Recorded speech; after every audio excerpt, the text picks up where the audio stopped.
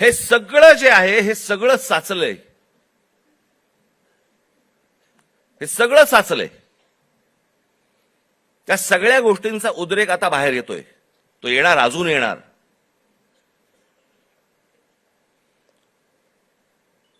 हा विषय कोणाला तरी सत्तेवरनं खाली खेचणं आणि कोणाला तरी सत्तेवरती आणणं हा एवढ्यापुरता मामूली विषय नाहीये. हा देशाचा विषय आहे.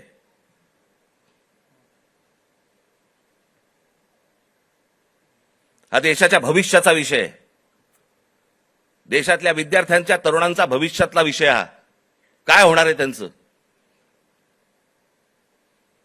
आज माझ्या महाराष्ट्रातल्या ग्रामीण भागामध्ये, देशातल्या आज ग्रामीण भागामधला तिकडचा तरुण, तिकडच्या तरुणी काय करत असतील दिवसभर? काय विचार करत असतील? तो तिकडचा तरुण ज्यावेळेला विचार करत असेल की बाबा माझ्या बाजूच्या घरामध्ये एकाने शेतकऱ्यांनी माझ्या वडिलांचे मित्र होते, त्यांनी आत्महत्या केली, त्यांच्या अंत्यविधीसाठी तो मुलगा जाणार, विचार काय करणार? हे माझ्या वडिलांच्या मनामध्ये येऊ नये. मग याच्यासाठी मी काय केलं पाहिजे? मग मी शहरात गेलं पाहिजे. मग शहरात गेल्यावरती काय होणार माझं? मला कुठून नोकरी मिळणार? मला कुठून शिक्षण मिळणार? माझं पुढे काय होणार?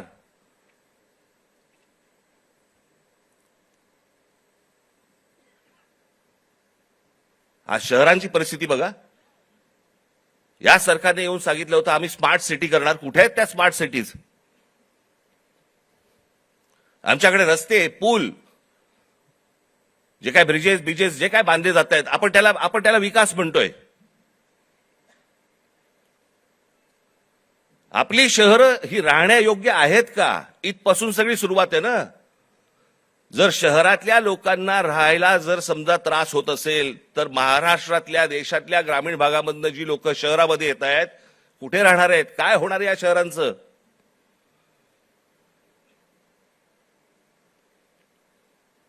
मी आता एक जस्ट तुमच्यासाठी म्हणून एक आकडा म्हणून आणलाय. आजची देशाची शिक्षणाची परिस्थिती हे वर्तमानपत्रांमध्ये आलेलं, हे वेबसाईटवरनं काढलेलं, अनेक गोष्टींमधनं आलेलं, हे त्याच्यातनं मी हे तुमच्यासमोर मांडतोय. आजची देशाची शिक्षणाची परिस्थिती काय आहे? देशातील 1 लाख शैक्षणिक संस्थांमध्ये मुलींसाठी स्वच्छतागृह नाही. 1 लाख. 15,000 शाळांमध्ये पिण्याच्या पाण्याची सुविधा नाही. 2004 मध्ये 8 लाख शिक्षकांची पदे जी रिक्त होती ती 2026 मध्ये ही संख्या 10 लाखावरती पोहोचलेली आहे. शिक्षक हवे 10 लाख. 23ला जॉईंट एंट्रन्स एक्झाम परीक्षार्थ्यांसाठी फक्त 1 लाख जागा उपलब्ध आहेत. 2014 मध्ये 3 लाख विद्यार्थी परदेशात शिक्षणासाठी गेले होते. 2014ला 3 लाख. तर 2026 मध्ये ही संख्या 9,10,000वरती पोहोचली. आज इतकी मुलं परदेशात जात आहेत. का परदेशात जात आहेत? मी 2014 साली मी एक डॉक्युमेंटरी केली होती, छोटीशी एक फिल्म केली होती 16 मिनिटाची. आपण जरूर बघा, युट्यूबवरती आहे.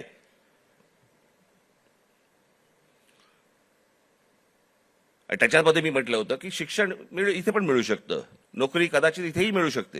ही मुलं परदेशात का जात आहेत? ही सगळी मुलं परदेशात जात आहेत याचं कारण सभोवतालचं वातावरण.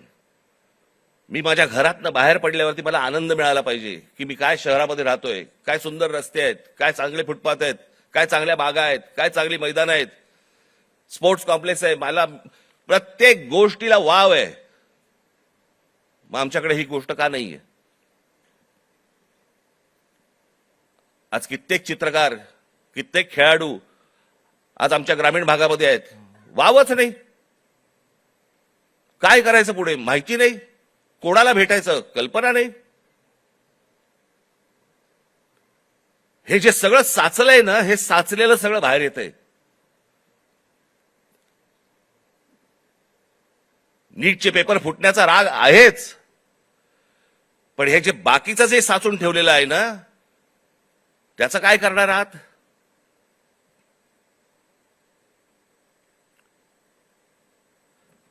मध्ये परदेशातील शिक्षणावरती भारतीयांनी, परदेशात जे गेले लोक, 2014 मध्ये त्या भारतीयांनी किती पैसे खर्च झाले त्यांनी स्वतःहून जे खर्च केले, म्हणजे आपल्या देशातनं जे बाहेर पैसे गेले ते किती गेले, तर ते 79,500 कोटी खर्च झाले. 79,500 कोटी. आज हा खर्च वाढून आज 2026 मधली गोष्ट बोलतोय, किती वरती गेलाय, तर तो 5,85,000 कोटीवरती गेलाय. म्हणजे 5,85,000 कोटी हे आपल्या देशातनं आपली मुलं बाहेर शिक्षणासाठी गेलेत, त्यांच्या आई वडिलांनी जो खर्च केलाय तो 5,85,000 कोटी आपल्याकडनं परदेशात गेलेले आहेत. हजारो उद्योगपती, हा आता लोकसभेमधला आकडा आहे, हजारो उद्योगपती आपला सगळा बोजा बिस्तारा गुंडाळून परदेशात निघून गेलेत.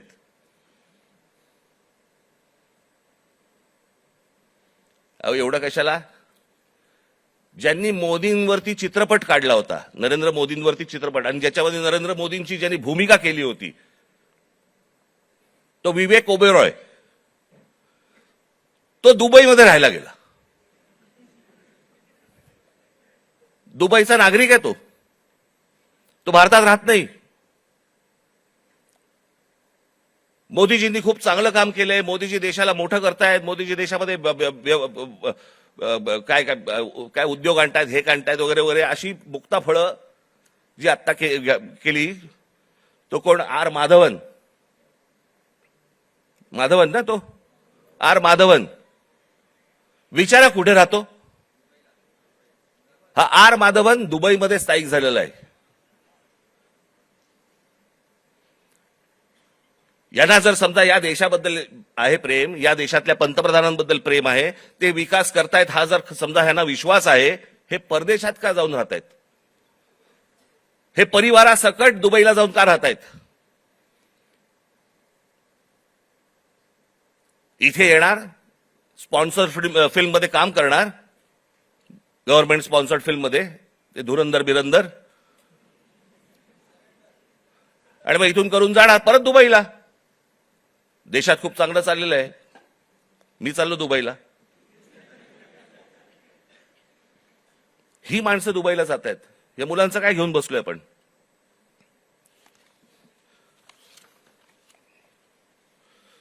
दोन 2004 मध्ये काँग्रेस सरकार ज्या वेळेला होतं त्यावेळेला शिक्षणावरती खर्च किती होता? 3.2%. आज 2026 मध्ये तो किती आहे? 2.8%. म्हणजे शिक्षणावरती जेवढा खर्च व्हायला पाहिजे, अमेरिकेमध्ये जाऊन बघा, युरोपमध्ये जाऊन बघा, शिक्षणावरती काय प्रकारचा खर्च करतायत.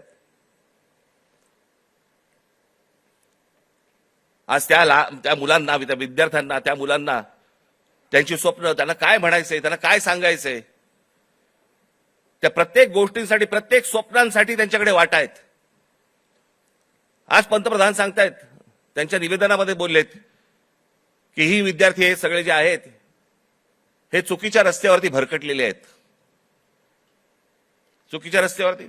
मी एक ओशोंचं एक वाक्य ऐकलं, मी वाचलं होतं ज्यावेळेला, मी त्यातलं एक वाक्य होतं ओशोंचं, फार छान वाक्य होतं. आणि त्याच्यामध्ये असं म्हणाले ते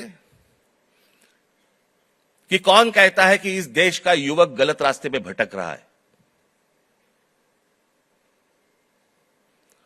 रास्ता बनाने वालों ने ही अगर गलत रास्ता बनाया है तो युवकों को क्यों टोकते हो?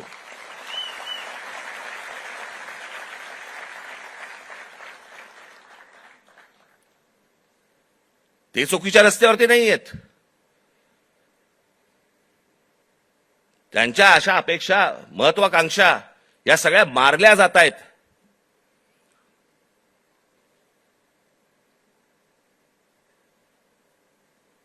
मोदींनी सांगितलं की आज मी म्हणे त्या सगळ्या ज्यांनी कोणी ट्रोल बिल केले त्यांना मी सगळ्यांना माफ करतो.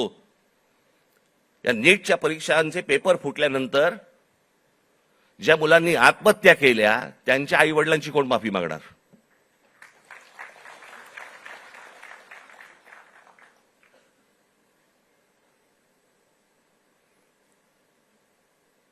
हा देश नीट समजून घेतला पाहिजे.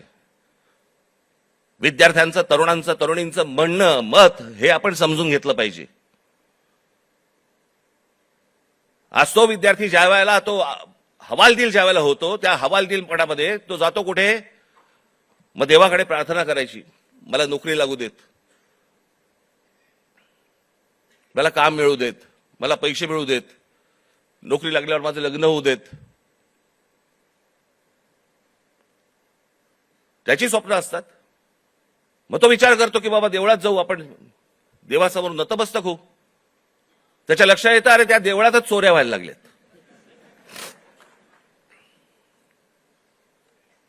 देवळात चोऱ्या. राम मंदिरासारखं इतकं भावनिक दृष्ट्या महत्वाचं असलेलं एक राम मंदिर उभं राहतं आणि त्या राम मंदिरामध्ये 1400 कोटी, आता नुसता जस्ट आकडा आलेला आहे, 1400 कोटी रुपयांची चोरी होते.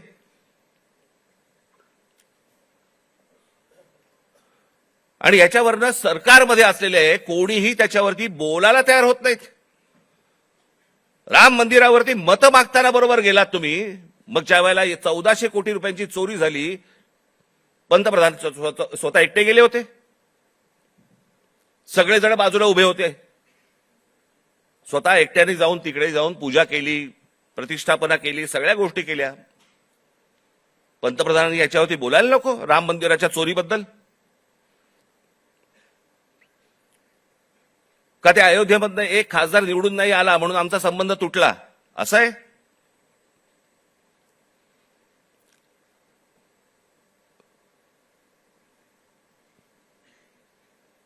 आज तो हवालदिल झालेला जो तरुण आहे, तो या सगळ्या मंदिरांचा रस्ते पकडतोय. धर्मांध बनवू नका त्या तरुणाला. शिक्षणाच्या वाटेवरती लावा. नुसतं जय श्रीराम बोलून होणार काही नाहीये. आज अनेक गोरक्षक गाड्या पकडतायत, गायी पकडतायत, सगळ्या पकडतायत. आणि हेच आमचेच पंतप्रधान ऑस्ट्रेलियामध्ये जाऊन सांगतायत की बीफ एक्सपोर्टमध्ये भारत हा 1 नंबरचा देश आहे. बीफ एक्सपोर्टमध्ये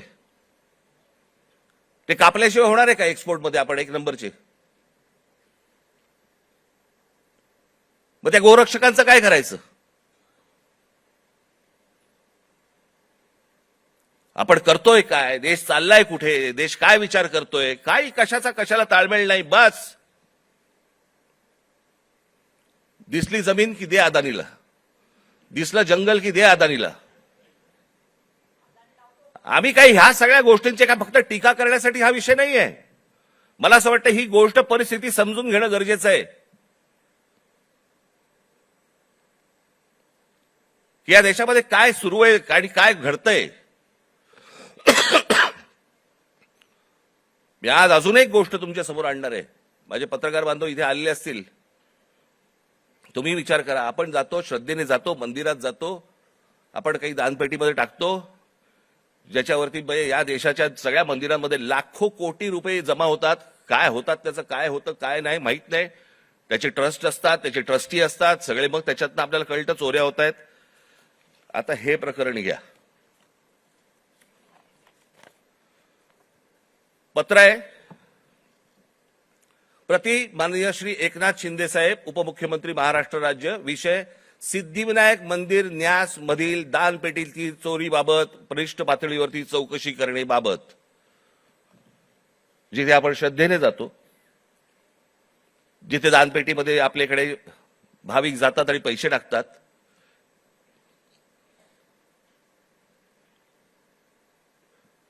त्याचं कारण असतं ते धर्मासाठी म्हणून आपण असे टाकतो.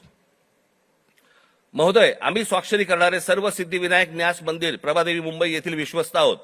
साहेब, आपण विश्वासाने आमची संबंधित ट्रस्टवरती सदस्य म्हणून नियुक्ती केली असून आपल्या विश्वासाला पात्र राहण्याचा आम्ही प्रामाणिकपणे प्रयत्न करत आहोत. भाषा पण बघा, मंदिर आहे का कंपनी येतेच कळत नाही मला. त्यामुळे मंदिरात गेल्या 1.5 वर्षाच्या कालावधीत विविध उपाययोजना राबविताना मंदिराची मिळकत 35% जादा वाढविण्यात आम्ही काही प्रमाणात यशस्वी झालो आहोत. मिळकत तुम्ही कसे यशस्वी झालात? असो महोदय, विश्वस्तांच्या सतर्कतेमुळे मंदिरातल्या दानपेटीतून पैसे चोरणारे कर्मचारी पकडले गेलेले आहेत. हे कर्मचारी पकडण्यापूर्वी दर बुधवारी मंदिरातल्या दानपेटीतील रकमेची मोजदाद ही 50 लाख रुपयाच्या आत होती. मात्र हे कर्मचारी पकडल्यानंतर गेले 3 आठवड्याची दानपेटी रक्कम ही 1.5 कोटी रुपयांच्या घरात पोहोचली आहे. याचाच अर्थ यापूर्वी दर आठवड्याला दानपेटीतील जमा होणाऱ्या काही रकमेतील काही रक्कम ही लंपास होत होती. त्यामुळे दरवर्षी सुमारे 18 कोटी रुपयांचे मंदिराचे नुकसान होत होते. याचे धागेदोरे वरिष्ठ पातळीवर आहेत असा आमचा ठाम संशय आहे. साहेब, या प्रकरणाची आपण गंभीर दखल घेऊन शासकीय पातळीवरती संबंधित प्रशासनातील वरिष्ठ अधिकाऱ्यांची चौकशी लावावी अशी आमची आपणास विनंती आहे. विश्वस्त मंडळ सिद्धिविनायक गणपती मंदिर न्यास, प्रभादेवी, मुंबई. हे सगळ्यांनी सह्या केल्या आहेत. राहुल लोंढे, भास्कर शेट्टी, महेश मुदलियार, जितेंद्र राऊत, मीना कांबळी, मनीषा तुपे, गोपाळ दळवी, सुदर्शन सांगळे हे त्यांचं पत्र आहे.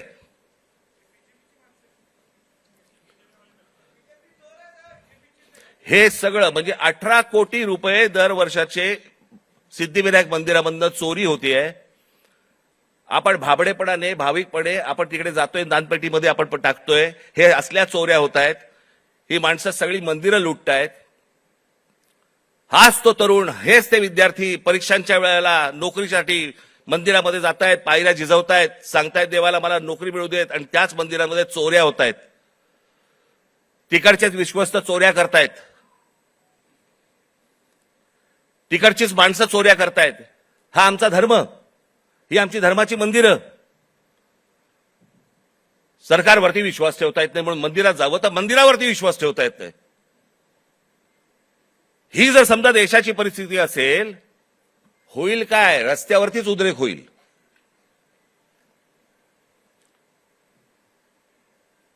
राजकारण सोडून द्या बाजूला.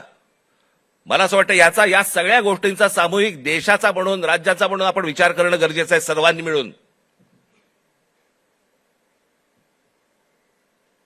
निवडणुका येतील त्यावेळेला विचार करू वेगळा. पण आज काय परिस्थिती आहे? हे का झालं? कशामुळे झालं? हा उद्रेक का झाला?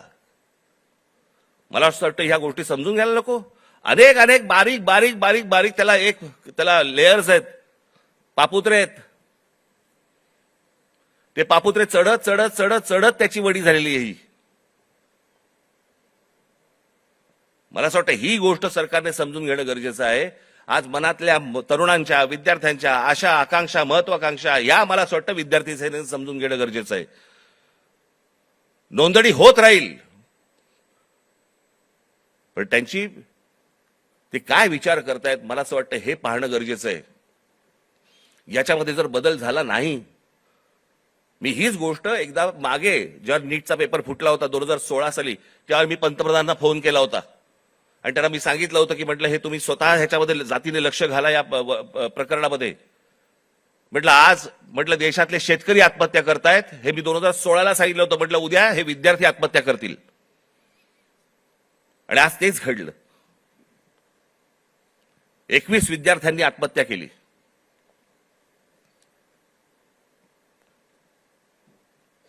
सदस्य नोंदणी ही तर कराच, पण मला असं वाटतं ह्या शिक्षण क्षेत्रामध्ये आमूलाग्र बदल होणं गरजेचं आहे. त्याच्यासाठी विचारवंतांची गरज आहे.